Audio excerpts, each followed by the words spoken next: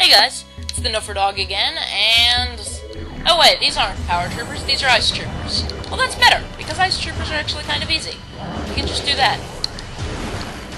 And use them as a meat shield. Now, when you're fighting multiple of them at once, it's better to just use missiles, because that takes them out quickly.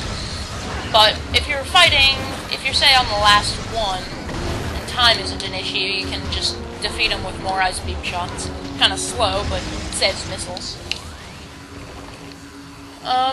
Anyway, I've lost rather pathetic amounts of health fighting these different enemies. So I'm gonna go save again. And anyway, in this episode of Metroid Prime, we're going to make our way to the Life Grove in the Chozo Ruins, or in the Talon Overworld, to pick up a new Visor. So, route out of here, we're going to... Oh, actually, that's pretty easy. We're just going to go back around here and take this elevator up. No, that's the root cave. That's the wrong side. And then we'll be right in here at the Great Tree Hall, so we can just go on up in there. There's a lot of stuff. I mean, we've been seeing all kinds of stuff throughout the game that is made of bendesium, so we couldn't blow it up before, and now we can, since we have power bombs. So there's gonna be a lot of new stuff we can do. Optional power-ups we can get, all sorts of things. But I'm mostly... platforming. I'm mostly going to, just sort of get them as they come along, you know? When we go through the rooms that have things in them, or are near things with things in them, I'll get them. But, crap. I suck so badly at this platforming today, apparently. But, I'm not at the moment going to be going out of my way, to get all the optional stuff right now, or, you know, blow up everything made of bendesium that we couldn't get earlier. Oh, please don't tell me this guy's gonna come out. He might. Nope, that's not until later. Good. We do have to fight an elite pirate in that little corridor later on. God, come on. There we go. Okay, we have to fight this elite pirate now. Hopefully he won't be too horribly hard. I think power bombs do a lot of damage to these guys. I'm gonna switch to thermal visor so I can blow up this. Now I'm not gonna use a super missile on second thought. Might use one to finish him when I get an opening, like I did with the last one. Not necessarily finish him, but finish him. Combat style. But, you know, damage him. He's not using the freaking... Apparently, though, not targeting him makes him more likely to start doing other stuff, so... I guess that's the thing to do? He's the same as the other one. For some reason, it plays the Chozo Ghost music when we fight him. Oh boy. Kind of pretty watching all those wave beam shots go in random directions, but it doesn't fix the fact that I can't beat this enemy. Wait a minute. This is open. Oh. I was gonna say I could actually get the high ground on him. Try going upstairs. Maybe see if the doors are unlocked, and I can just leave the room. But then I'd have to continue fighting him next time I came in here. I don't know that we're allowed to do that. No, it's locked. Well, still, you never know. Right? Kind of. You can just double jump over those wave quakes. When he finally gets around to making them, I'd like him to do them more. There we go. That's what you're supposed to be doing, bro. There we go. Have to have time. Door's unlocked. He consented to give me 5 missiles. I believe there's some Bendesium over here. I kind of doubt we'll make it to the life probe in this episode, but, there's actually, I remembered, there's a power-up that we'll get before then. It's something I've been wanting for a while.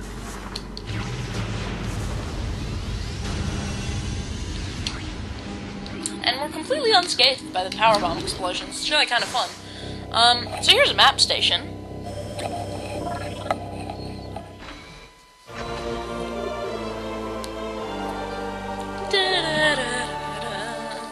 I still think these 3D maps are really cool. So that's gonna let us see all these areas past that Metroid quarantine. There's a whole lot of similar rooms with lots of irritating platforming. And a bit of an arena here. And this room actually connects to this maintenance tunnel from earlier, which we can now get through if we want. But there's still not really anything we can do in this room until we get some more stuff. So I'm not going to bother at the moment. But it's also going to show us that the ore processing... Well, it's going to show us that little chamber in there. It's kind of useless. But this ore processing has another little item vault up in here, and a tunnel leading back into the main quarry. So that's where we want to go next. Oops, that was dumb. Want to complete the little puzzle in ore processing, get up to the last floor.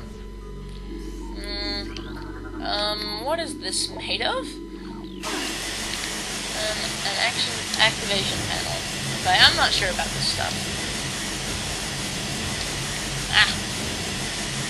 Getting hurt by poison. Samus is hurt by poison. Or Pokemon references.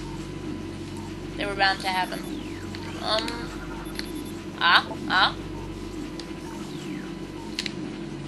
Okay. Oh, that's what it is. There's a Bendesium grate there. Okay. I had forgotten exactly how this worked. I knew the general gist of it.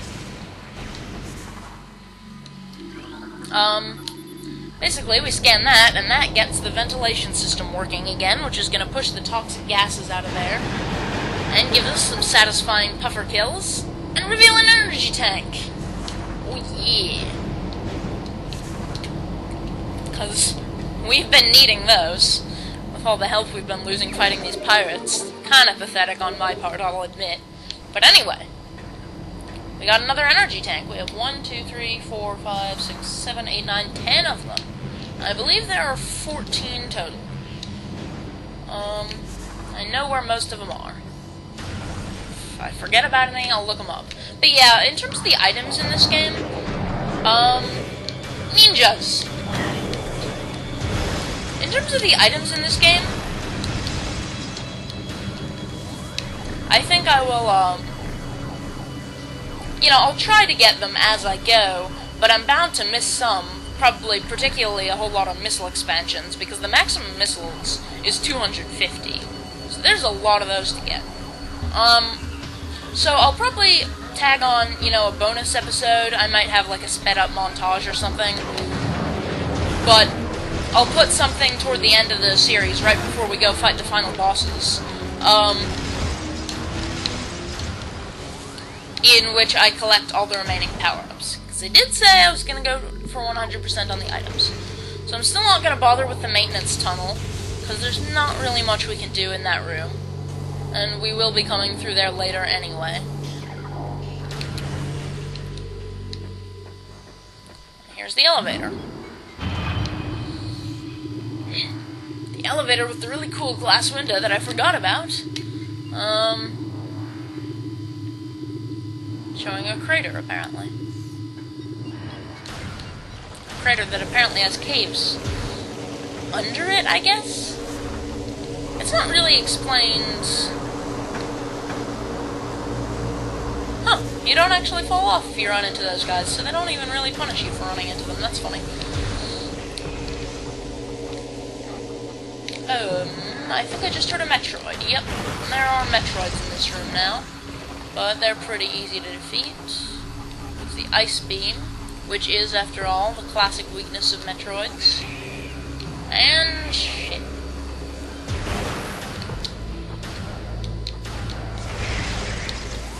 And some of them are strangely immune to further ice shots after they're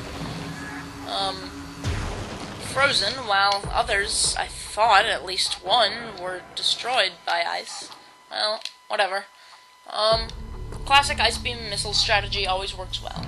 So, what we want to do is correct our mistake that we just made of falling off there. I want to ride this back up to that second balcony. And there's another Metroid who might attempt to hug our face. There's a close-up. And what we're gonna do is hop around here. I said hop, I have to jump while doing it. But really, the hopping part is coming over here, blow up the Bendesium that was there, and we can finally control the top part of this. So it looks like we need to rotate the yellow twice, because we can't see the place where it's supposed to connect to, so it must be on the other side. So we gotta get that top bit to connect to the other side. There we are. And now we can simply drop down back here and control the middle section so that the second section of the yellow links up with the... Looks like we're gonna have to rotate it 3 times since it only rotates the one way. I'll wait for my bombs to come back. Not that it really matters, because it looks like they come back while doing that. Whatever. Now that connects, and now we drop down all the way to the bottom.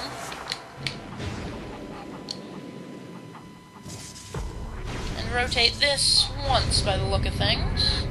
Yep. And that's going to connect the yellow one all the way up this pillar, and allow us to get to those 2 doors on the top level.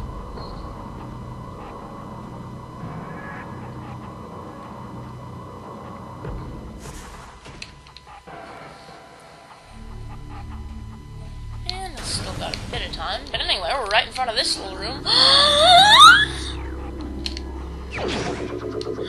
My grapple beam! Yeah, that was loud. We finally got it back. You just press and hold L to lock onto grapple points, and now... Oops, meant to use the scan visor. Now this is actually a research entry, now that we can use it. Just like with the spider ball track. We just wait till that icon is large and sort of aim at it and lock on with L. And now we're going to go down a garbage disposal. Or possibly a toilet. So I hope it's a garbage disposal. Actually, there's really no point to the stuff pushing you up except for right here, because we just want to go left to get out of here. Right out here. Kind of a weird little room. But anyway, we have been flushed wherever it is. We've been flushed, and now we're back out in the main quarry, and we just froze that guy.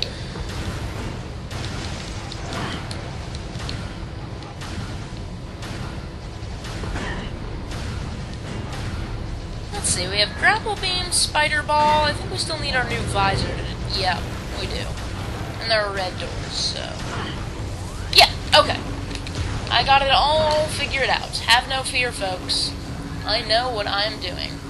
So, if we had rotated that crane back, we could, Oh, wait, actually, these are crane controls. So, yeah, that's gonna bring this crane back around so that it can be used as a grapple point between waste disposal and the rest of the main quarry. So, if we want to quickly get to the ore processing room from the main quarry, we can use that grapple beam place there. So yes, I will go save in here. And it looks like we're about to hit our rough time guideline more than a time limit. But anyway, I'm gonna call this an episode. And next time on Metroid Prime, we're going to go to the Life Grove and pick up our last Visor expansion. See you guys then.